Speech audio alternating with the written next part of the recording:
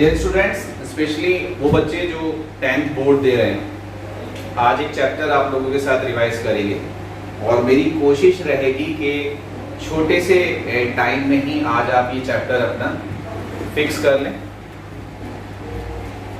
हमारे पास जो है वो बहुत ही इम्पोर्टेंट चैप्टर है जिससे आपको डी सेक्शन का क्वेश्चन आना ही आना है। Chapter 9 application of trigonometry, height and distance भी हम जिसे कहते हैं।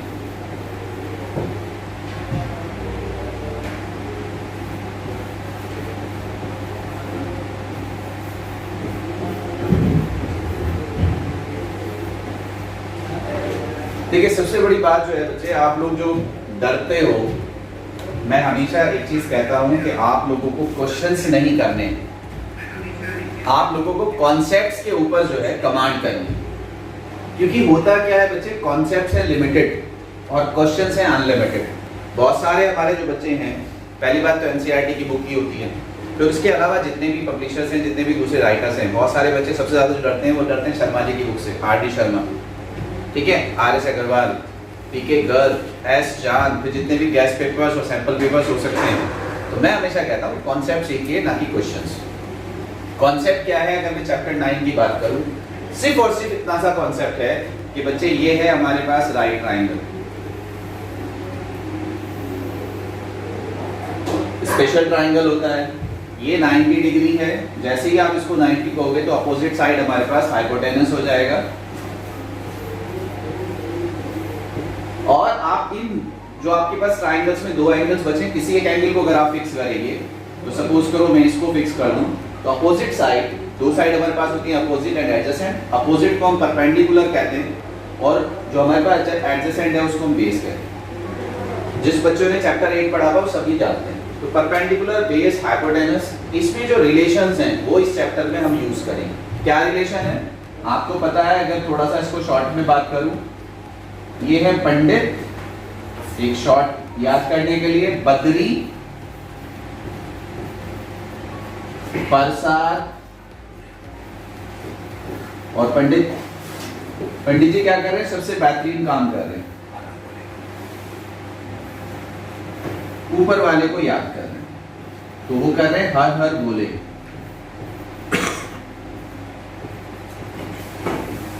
तो शॉर्ट में आप इसको याद रख सकते हैं, पंडित, बद्री, प्रसाद, हर हर बोले। ये मतलब आपको पता है ये होता है पी बाई एच, और पी बाई एच आप किसको कहते हो? साइन को, for that angle. B by H cos को कहते हो, पी बाई बी आप टेन को कहते हो, एच बाई पी आप कॉसक को कहते हो, एच बाई बी आप सेक को कहते हो, और बी बाई पी आप कॉट को कहते हो। वैसे ज्यादातर अगर मैं आपसे बात करूं, सिर्फ 3 से काम चल जाएगा, P by H, B by H और पी बाई बी, सिर्फ इससे हमारा काम चल जाएगा। तो एक तो पार्ट हमारे पास ये है। दूसरा पार्ट अगर हमारे पास है सिर्फ और सिर्फ ये एंगल दिया होगा, तो आपने टेबल सीखी होगी चैप्टर 8 में। मैं आपसे ज्यादा एंगल की बात नहीं कर रहा हूं, मैं आपसे कह रहा हूं सिर्फ 30, 45 और 60, और सिर्फ 3 रेशोज, साइन और cos and tan. Sine 30 1/2, sine 45 1/√2, sine 60 √3/2। अगर कॉस आपको लेना, जस्ट रिवर्स कर दीजिए, ये √3/2 यहां आ जाएगा, ये 1/√2 यहां आ जाएगा, और ये 1/2 यहां आ जाएगा। अगर आपको 10 लेना है, जस्ट डिवाइड देम, तो 2 cancel, 1/√3, √2 cancel, only 1, and 2 cancel √3। अगर मैं आपसे कहूं कि चैप्टर 9 सिर्फ इतना सा है, तो बताइए, आप किसी भी बुक का कोई भी क्वेश्चन ले लीजिए, सिर्फ इतने से आपका काम चल जाएगा। That is the concept, that is the basic, that is the, these are the formulas of this chapter. अब आप कोई सी भी बुक खोल लीजिए, शर्मा जी को खोलिए, अग्रवाल जी को खोलिए, एनसीईआरटी को खोलिए, खान साहब की कोई बुक अगर मिल जाए, वैसे तो मिलेगी नहीं क्योंकि खान साहब ऐसे काम करते हैं, ठीक है। तो ये वाली चीज है। तो आप अगर सिर्फ इतने पे कमांड कर लें बच्चे तो आपका चैप्टर क्लियर। अभी चैप्टर से क्वेश्चन करते हैं, ध्यान से देखिए जरा। ये दो टर्म बता के फिर चैप्टर का कोई सा भी क्वेश्चन आप कहें मैं उसे कर दूं। एक टर्म यहाँ पे होता है angle of elevation.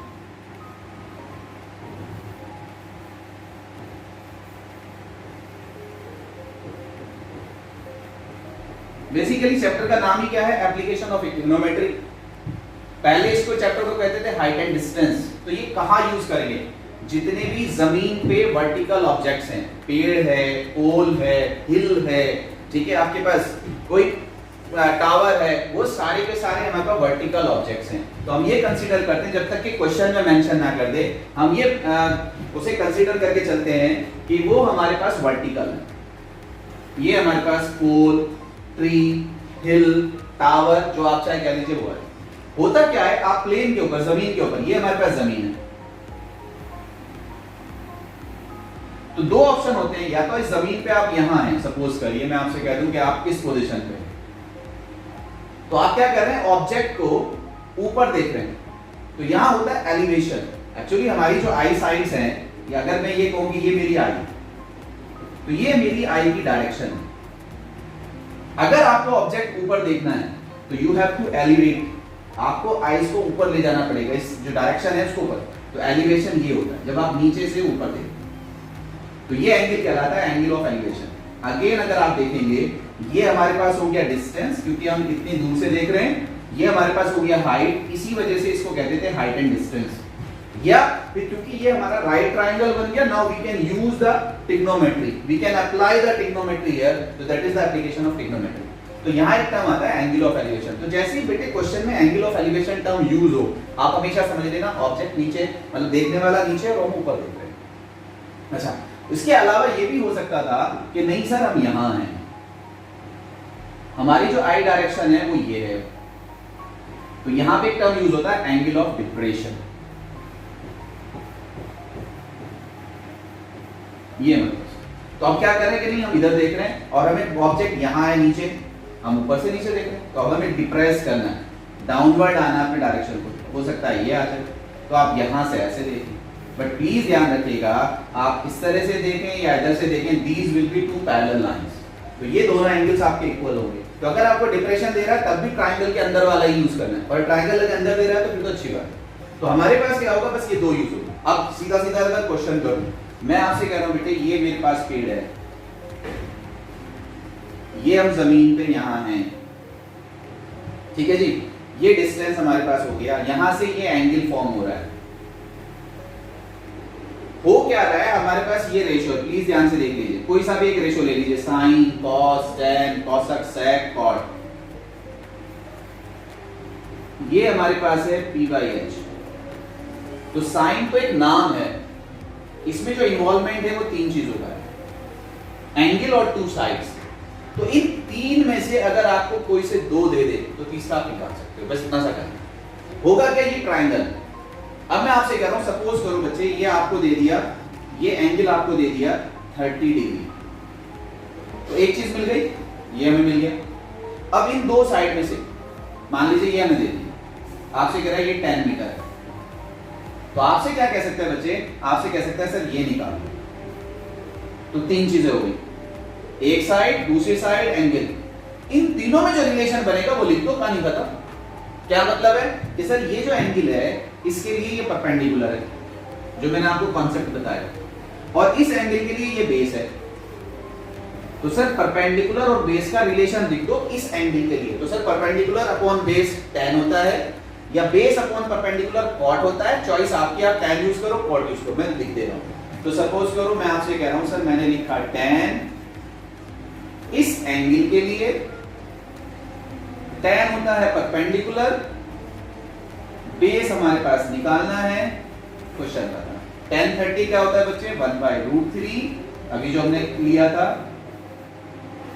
Is equals to tan/x, x इधर ले जाइए, इधर ले जाइए, तो x आ गया tan√3। इतनी सी बात आपको करनी। आप कह रहे हो नहीं सर मुझे तो ये निकालना था, ठीक है ये y है इसके उसमें, तो अब आप इन तीनों में रिलेशन बनाइए। अगेन फॉर दिस एंगल ये परपेंडिकुलर है, ये हाइपोटेनस है, तो परपेंडिकुलर और हाइपोटेनस में क्या रिश्तेदारी हो सकती है, p by h हो सकता है या h by p हो सकता है। तो आपके पास क्या है, वो होता है p by h sine, again इस एंगल के लिए साइन 30, परपेंडिकुलर दिया है tan, हाइपोटेनस आपको निकालना है, साइन 30 होता है 1/2 tan by y this side to this side, तो y is equals to 20। Sir सिर्फ इतना सा कॉन्सेप्ट है। ये आपके पास बच्चे क्वेश्चन नंबर 1 है, simple.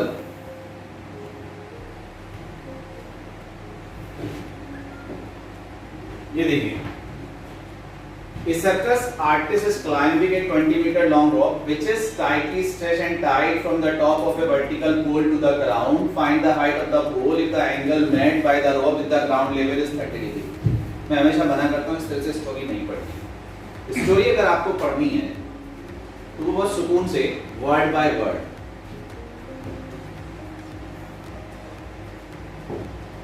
a circus artist is climbing a 20 metre long rope. यहां से हमें एक चीज मिली, इसकी मुझे जरूरत नहीं, कि रस्सी जो है वो 20 metre long, which is tightly stretched and tied from the top of a vertical pole। तो यहां से कहानी स्टार्ट होगी कि सर ये वर्टिकल पोल है, ठीक है, और यहां से टॉप से आपने एक रस्सी को बांधा हुआ है,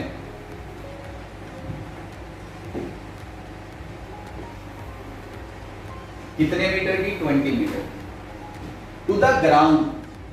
आपने इस रस्सी को यहां से ग्राउंड पे बांधा और ये मुझे दे दिया 20 मीटर, ठीक। Find the height of the pole, आपको सर पोल की हाइट निकालनी। If the angle made by the rope with the ground level is 30 degree. ये जो रोप आपके पास है और ये जो आपके पास ग्राउंड है, इसका जो एंगल बन रहा है दैट इज 30 डिग्री। अब जो मैंने आपको कॉन्सेप्ट बताया, तीन चीजें हैं, 2 गिवन है, 2 गिवन है, थर्ड निकालनी, दैट इज ये कॉन्सेप्ट, इससे ज्यादा कुछ नहीं करना। अब इस एंगल के लिए ये क्या है, परपेंडिकुलर, ये क्या है, हाइपोटेनस। परपेंडिकुलर अपॉन हाइपोटेनस क्या होता है ये लिखना है। अच्छा ये है, अगर थोड़ा सा डिस्क्राइब कर दें, ये आपके पास हो गया ABC, आप अगर यही लिख दें तो भी काम चल जाएगा, नहीं तो आप आंसर में लिख सकते हैं कि BC is a pole, AC is a rope, like this. अब हम सिर्फ इतना सा लिखेंगे, इन ट्राइंगल ABC, ठीक है सर, BC, आप चाहो तो सीधा सीधा भी लिख सकते हो, H upon 20 perpendicular upon hypotenuse is equals to sine theta.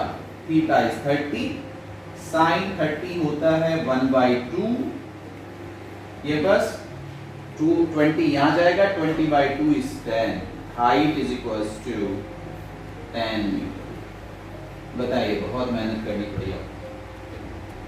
ये देखिए क्वेश्चन नंबर 8 है। अगेन अगर आप वर्ड बाय वर्ड पढ़ेंगे तो क्वेश्चन अपने आप सॉल्व हो जाएगा। हमारे पास होगा क्या इस पूरे चैप्टर के अंदर, अगर एक कॉन्सेप्ट और आपसे कहूं, या तो सिंगल ट्रायंगल बेस्ड क्वेश्चंस हैं या 2 ट्रायंगल बेस्ड क्वेश्चन, बस। तो ये हमारे पास फर्स्ट 5 क्वेश्चन सिंगल ट्रायंगल है एंड नेक्स्ट जो हमारे पास है वो 2 ट्रायंगल्स हैं। ये भी हमारे पास 2 ट्रायंगल बेस्ड क्वेश्चन है। फिर वही वर्ड बाय वर्ड, पूरी स्टोरी मत पढ़िएगा बच्चे एक साथ। आपसे कह रहा है स्टैचू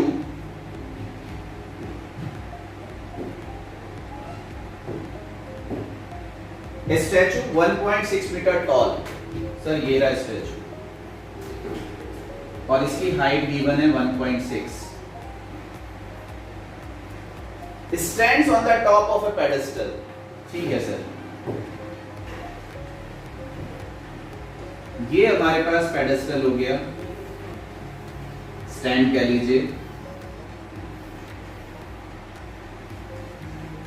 यहां स्टैंड कर, from A point on the ground, ये हमारे पास ग्राउंड है, यहां आपके पास पॉइंट है, वर्ड बाय वर्ड, क्योंकि सबसे इंपॉर्टेंट फिगर ही है, फिगर बना लिया, आधा क्वेश्चन जरूर।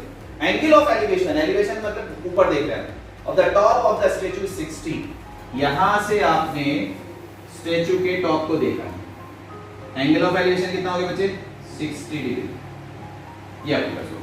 And from the same point the angle of elevation of the top of the pedestal is 45, pedestal का टॉप आपके पास ये है, और यहां से आप देख रहे हो 45 डिग्री, ये आपके पास हो गया 45। आपसे क्या कह रहा है? Find the height of the pedestal, ये आपके पास पेडेस्टल की हाइट है, आपसे इसको कह रहा है निकालने को। प्लीज ध्यान से देख लीजिए, ये आपके पास दिया है 1.6, हमारे पास क्या है? ये है A B C D। अगर आप देखेंगे यहाँ दो ट्राइंगल हैं, लेकिन प्लीज ट्राइंगल जो आपको यूज करने हैं वो राइट ट्राइंगल यूज करने हैं। तो कौन से दो राइट ट्राइंगल हैं? First is ABC and second is ABD। तो जब आपने ट्राइंगल आइडेंटिफाई कर लिया, आप उनकी साइड्स आइडेंटिफाई कर लीजिए। BC मालूम है H, AB नहीं मालूम, आपसे क्या भी क्या रहा है? हाइट ऑफ द पेडेस्टल, तो ये निकालना है। तो ये भी नहीं मालूम, इसको सपोज करिए। अगर आप ये पिक्चर को इस तरह से प्रेजेंट कर देंगे तो फिर लिखने की जरूरत नहीं कि हाँ अच्छा ठीक है आपने यहाँ मेंशन किया, ये बस ठीक है सर। तो आपके पास एक ट्राइंगल हो जाएगा ये ABC और दूसरा हो जाएगा ABD। लेकिन जैसे ही आप ABD की बात करोगे तो BD चाहिए, तो BD हमारे पास होगा, प्लीज बच्चे या तो लिख लीजिएगा या यहाँ लिख लीजिए, that will be H plus 1.6। ये ध्यान रखिए। तो दो ट्राइंगल हैं, जिसको चाहे पहले यूज कर लीजिए, जिसको चाहे बाद में यूज कर लीजिए, अपने आप ऐसा आ जाएगा अगर आपने सही से प्लेस कर दिया। पहला हम ले लेते हैं बेटे, इन ट्राइंगल ABC, बहुत ही सिंपल लैंग्वेज है, और हमारे पास हो गया H upon X is equals to, ये हमारे पास है 45। और अगर 45 एंगल आपका है तो समझिए लॉटरी है, क्योंकि उसकी वैल्यू आपको पता ही है 10 में कितनी अच्छी होती है। और मोस्टली क्या होगा? परपेंडिकुलर अपॉन बेस, यही सबसे ज्यादा यूज करेंगे। परपेंडिकुलर अपॉन बेस होता है 10, तो आपके पास हो गया बच्चे 10 45 होता है 1, तो H is equals to X, तो एक रिलेशन यहां से मिल गया।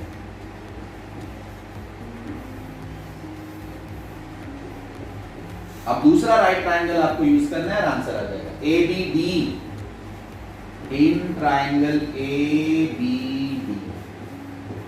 आपके पास आएगा बेटे H plus 1.6 upon X is equals to 1060।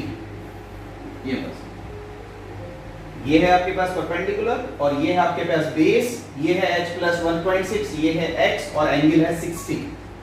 लेकिन आप क्या कर सकते हो? X की जगह H रख सकते हो, क्योंकि आपको निकालना ही H है, X की जरूरत नहीं। तो आपके पास आ जाएगा बेटे H plus 1.6 upon H is equals to √3। ये क्रॉस मल्टीप्लीकेशन कर लीजिए, सिंप्लीफाई कर लीजिए आंसर। तो हमारे पास क्या हो गया? H प्लस 1.6 H √3, ये H आप इधर ले जाएंगे, H कॉमन लेंगे तो आपके पास आएगा 1.6, H कॉमन लेंगे बच्चे तो आपके पास आएगा √3 माइनस 1, ये अपॉन में ले आइए तो वैल्यू आ गई आपके पास H की, H हो गया आपके पास 1.6 अपॉन √3 माइनस 1। रैशनलाइज कर लीजिए आंसर। तो खैर कॉन्सेप्ट से इतना सा, अगर आप वर्ड बाय वर्ड करेंगे तो मुझे उम्मीद है किसी भी बुक को आप कर सकते हैं। और प्लीज कॉन्सेप्ट पे मेहनत करिए, क्वेश्चंस पे नहीं। हमेशा ध्यान रखिए बच्चे, हम कार चलानी सीखते हैं, ना कि आप ये कहो कि मैंने मर्सिडीज सीखी है इसलिए मैं मारुति नहीं चलाऊंगा या मैं BMW नहीं चलाऊंगा। हम मोटरसाइकिल चलाना सीखते हैं, ये नहीं कहते कि हम बुलेट नहीं चला सकते। तो जस्ट हम क्या लर्न करते हैं, हमसे आपने स्टीयरिंग पकड़ना सीख लिया, गियर लगाना सीख लिया, ब्रेक लगाना सीख लिया, तो वो कॉन्सेप्ट होता है। जब हमें कॉन्सेप्ट अच्छे आते हैं फिर आप कोई सा भी ब्रांड, कोई सा भी मॉडल चला सकते हैं। प्लीज जो कमांड है कॉन्सेप्ट हो जाएगी। तो पूरा अगर आप देखेंगे इस चैप्टर को, तो हमारे पास सिर्फ जो हमारे पास है पीबीएच, ये परपेंडिकुलर अपॉन बेस क्या होता है, परपेंडिकुलर अपॉन हाइपोटेनस क्या होता है, इनकी वैल्यूज फॉर 30, 45, 60 की क्या होती है, और ट्राइंगल कैसे बनेगा। कोशिश कर लीजिए, नेक्स्ट क्लास में फिर डिस्कस करेंगे। अस्सलाम वालेकुम।